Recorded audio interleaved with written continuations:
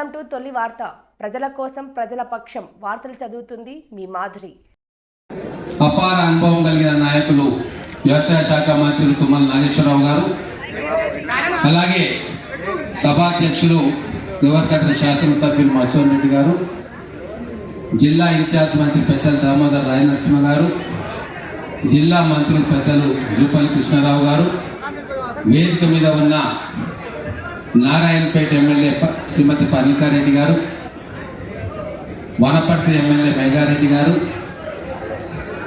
రైతు commission chairman కోదండ రెడ్డి గారు, అలాగే రాష్ట్ర కార్పొరేషన్ చైర్మన్లు పెద్దలు, సహకార బ్యాంక్ అధ్యక్షులు, ముఖ్యంగా అచ్చంపేట ఎమ్మెల్యే వంశీకృష్ణ గారు, ముఖ్యంగా ఈ కార్యక్రమానికి విచ్చేసిన రైతు సోదరులు, వ్యవసాయ శాస్త్రవేత్తలు, అధికారులు అందరికీ నమస్కారం.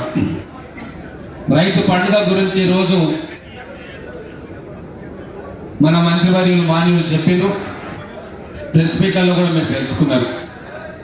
నేను ఒక్క విషయం మీ దృష్టికి తీసుకురాదలుచుకున్నా.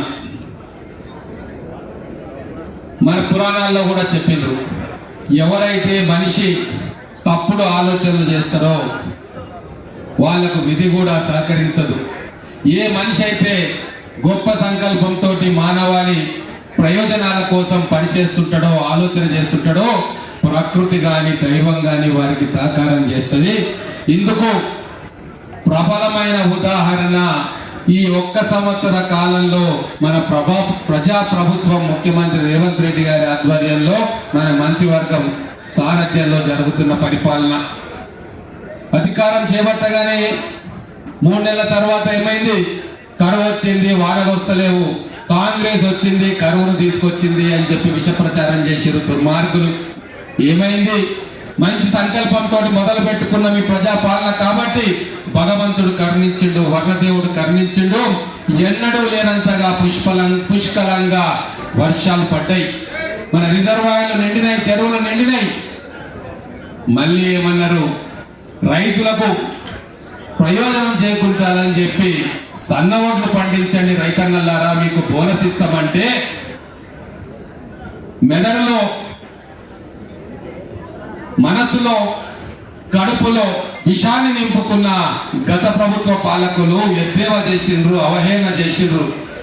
అట్లెట్లా పండిస్తారు సన్నాలు, రైతులు పండియకండి, బోనస్ ఇస్తే అందరికి ఇవ్వాలి అని చెప్పి దాన్ని రాద్ధాంతం చేస్తే ఈరోజు ప్రభుత్వం చెప్పినట్టుగానే ప్రభుత్వ పెద్దల సంకల్పాన్ని అర్థం చేసుకున్న రైతులు ఈరోజు సన్న రకాలను పండించి ఈరోజు దాదాపుగా భారతదేశంలోనే ఒక విప్లవాత్మకమైన మార్పుకు శ్రీకారం చుట్టిండ్రు.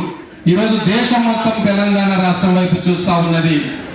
ఈరోజు 153 లక్షల మెట్రిక్ టన్నుల ధాన్యం, ఈరోజు అందులో మెజారిటీ బోనస్ వస్తా ఉంది.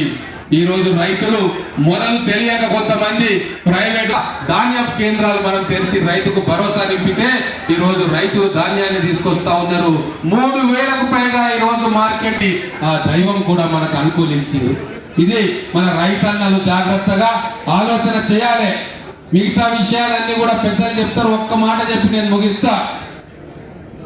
మధ్యయుగంలో రాజులు ఉండేటోళ్ళు ఫ్యూడల్ మనస్తత్వంతో ఎవరు ఎక్కడ ఆవిష్కరణ చేసినా, ఎవరు ఏదైనా మంచి విషయం కనుక్కున్నా, నేర్చుకున్నా వాటన్నిటిని తీసి గడిలో, కోటలలో బంధించుకొని స్వార్థానికి వాడుకునే వాళ్ళు ఆ మధ్యయుగపు ఫ్యూడల్ వ్యవస్థలోని రాజులు.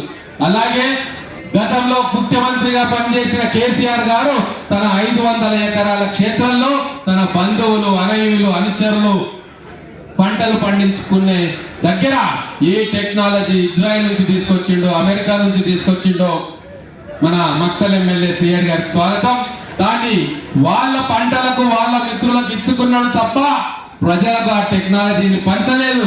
కానీ ఇప్పుడు ప్రజా ప్రభుత్వం ఒక పండుగ చేసుకొని దేశ విదేశాల్లో ఉన్న రైతులకు ఉపయోగపడే టెక్నాలజీ కానీ, పద్ధతులు కానీ తీసుకొచ్చి పబ్లిక్ గా పెట్టి రైతులు నేర్చుకోవాలి అని చెప్పి ఒక ప్రజాస్వామ్య పద్ధతిలో పాలన చేస్తున్న విషయం రైతులందరూ గమనించాలి.